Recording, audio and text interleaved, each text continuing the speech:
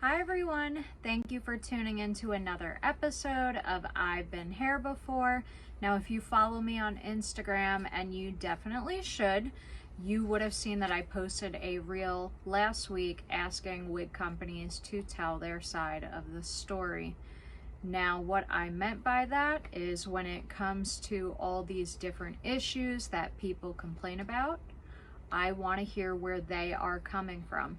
Now, I did not go to them with any specific story that you guys might have posted. I would never violate your trust. So I just went to them with a list of questions that basically had to do with a lot of the issues I have seen. Now, just like I am not going to violate your trust, I'm not going to violate their trust. So please do not ask me who did and who didn't participate. I'm not going to tell you. Don't come to my house looking for this paper. These are just my questions and the answers. The people, the name of the companies are in my head, and it's going in the grave. So I am going to get started and start with my first question.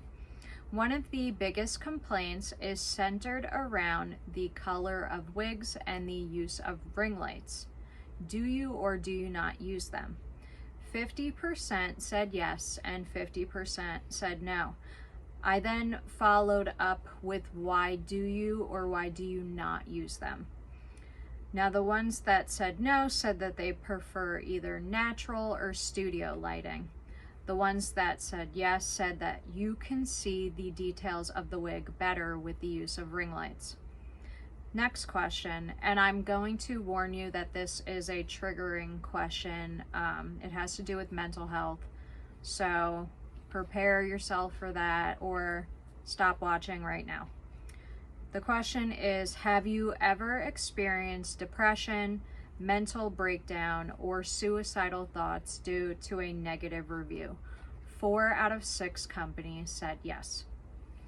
Have you ever been scammed out of $500 or more? 50% of the companies said yes. One company was over $50,000, and almost every single company mentioned that they now pay somebody on the side to try and catch the scammer, so a fraud company. And the cost of these fraud companies can be up to $1,000 a month. Next question. Have you heard someone say they would not try your wigs due to a negative review? 4 out of the 6 companies said yes. Have you ever had somebody inappropriately reach out to a family member or friend due to a negative review? 2 of the 6 companies said yes. Have you ever been threatened with physical harm? 2 out of the 6 companies said yes. For the negative reviews that you do see, what percentage of people contact you for help with that issue? The average answer for that was 25%. Have you ever been have you ever been unable to pay a bill or provide for a family member due to a negative review? 50% said yes. What is the fix for your most common complaint? Communication. Going over in detail what the issue is and what the expectation was. Another answer was agreeing to take the wig back. And then the last answer was video calling to go over the issue. Next question is, what percentage of people use the correct terminology when ordering a wig?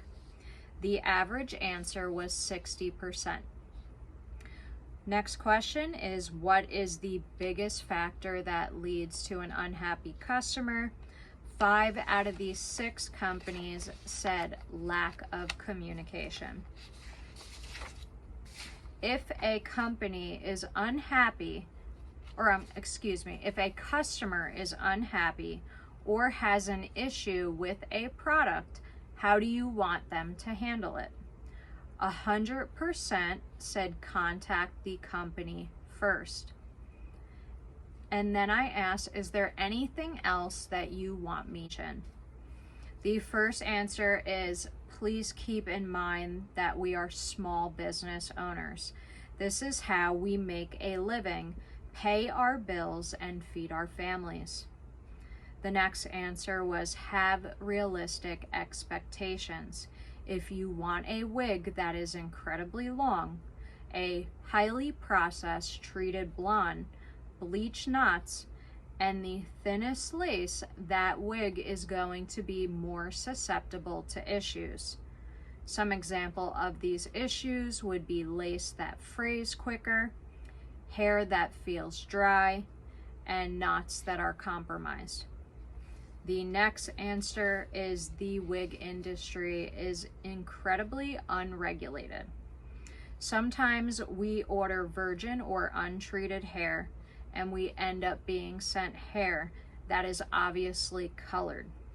This then slows down the production time of the wig. The last answer was, always ask for photos of the wig in direct and indirect sunlight. So I hope all of these questions and answers can just give you better insight into what the wig companies and wig owners deal with when issues arise.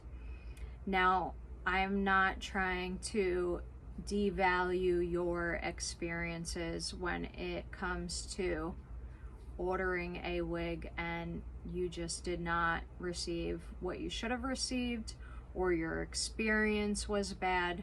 I am just letting you guys know that there are people behind these companies. A lot of these people have families, and a lot of them, if not all of them, said, if you have an issue, come to them first. So just as I did this story with the wig companies and their side of the story, of course I'm going to do it with your side of the story, the buyers, the consumers. So if you have a negative experience or a story you would like to share with me, please send me a message. I am going to keep your name, your identity completely private. You do not have to worry about that. I will be doing a review, a video of what consumers, what buyers deal with. So thank you guys so much for watching. I hope this helped. Please like, follow, share, subscribe to I've Been Hair Before. Thank you.